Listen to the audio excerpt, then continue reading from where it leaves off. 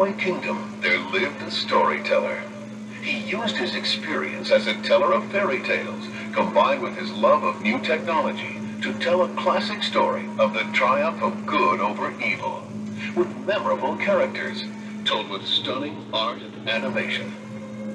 A classic film that has been beloved by generations. Join the celebration as we explore the magic behind-the-scenes story of Walt Disney's dazzling masterpiece, Sleeping Beauty. It's always a challenge bringing a great story classic to the screen, giving visual form to characters and places that have only existed in the imagination. But it's the kind of challenge we enjoy. Well, Walt had built his feature film output on the cornerstone of Snow White and the Seven Dwarfs. That was the first feature the studio attempted. It was, wildly successful beyond anyone's expectations.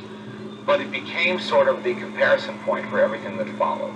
Disney began the ambitious plans for his third feature-length animated fairy tale in the early 1950s. Walt assigned a small team to begin adapting the classic fairy tale to the style of a Disney feature. Yeah, I think it was at least as early as 52.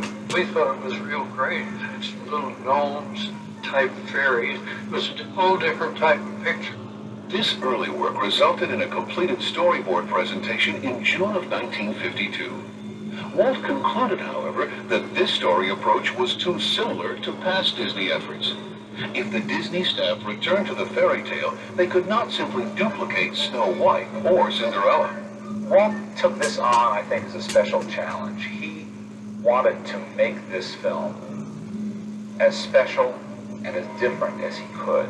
He wanted to make a film that he felt would be the pinnacle of achievement in animation. This fresh approach to Sleeping Beauty would push the boundaries of animation with its distinctive and exquisite art. My gift shall be the gift of beauty. They wanted to look different from any other film they had made before, and in this they were aided immeasurably by a very gifted artist named Ivan Earl, who came up with a very stylized and modern look for the film. I came to work for Disney's in 1951, more than 10 years after I first tried to get into the studio. Of course, it was the greatest job in the whole world for me, and I remember Walt saying, "Let's see what I can do." In searching for a style for a cartoon feature, many considerations are necessary. For one thing, it must be more than merely pleasing to the eye. The backgrounds must harmonize with the animated characters, as well as fit the mood of the story and music. Sleeping Beauty is a fairy tale that is supposed to have taken place long, long ago. So we did a great amount of research into medieval painting and architecture before we arrived at the right styling for this picture. Ivan Earl's unique and modern graphic style perfectly realized Walt's desire to create what he called a moving illustration. I've always been influenced by pre-Renaissance, medieval, Gothic, and here's a movie based on that period of time. If you look at the old Master Van Eyck, you can see details on bushes miles away, as if everything in the whole picture is absolutely clear. And Ivan felt that way about this. It's a fairy tale. Let's make it like that. You'll notice that all the design in it is absolutely vertical or horizontal. Everything in it is based on these two juxtapositions, these two planes, including the characters. I first started with the old medieval artists and almost everything that was Gothic. The tapestries were perfect examples of how foregrounds ought to be.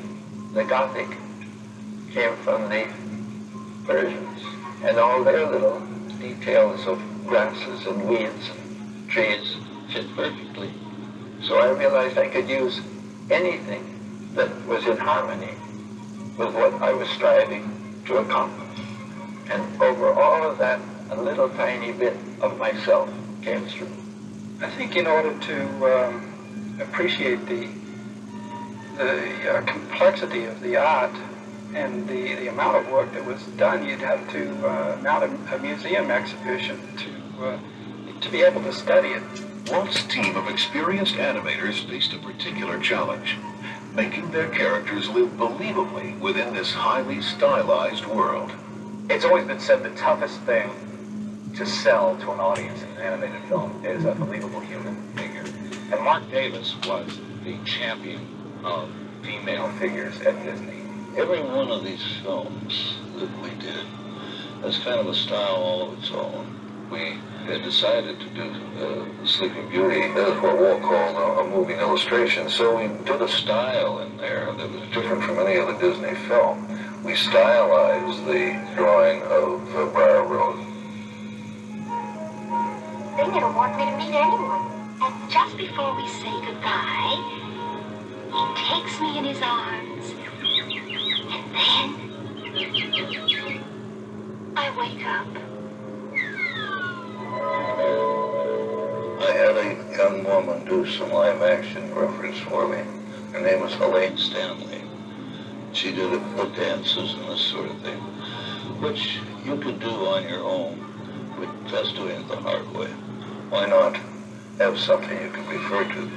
The climactic battle between Prince Philip and the dragon was also intricately choreographed in live action for use as a reference by the animators. It is shown here for the first time in footage reconstructed from the only surviving still photos of the live action. Up this way!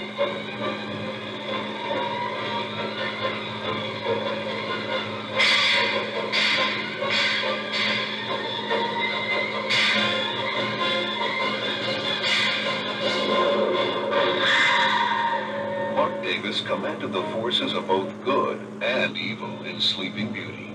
He also supervised the design and animation of the cruel and elegant Maleficent. I looked through books of the Middle Ages and so on, and I found some figure that was kind of a religious nature, but part of the gown were these kind of medallions of red, and they had a look of flames, and I thought, gee, that's a good idea. And then, since she was kind of evil, I decided, well, the horns of the devil wouldn't hurt, so I put the horns on. Then around her neck, kind of like bat wings. To give Maleficent a powerful voice to match her evil character, Walt Disney personally suggested actress Eleanor Audley, who had brought Cinderella's wicked stepmother, Lady Tremaine, to chilling vocal life. Well, Eleanor Audley was a fine actress.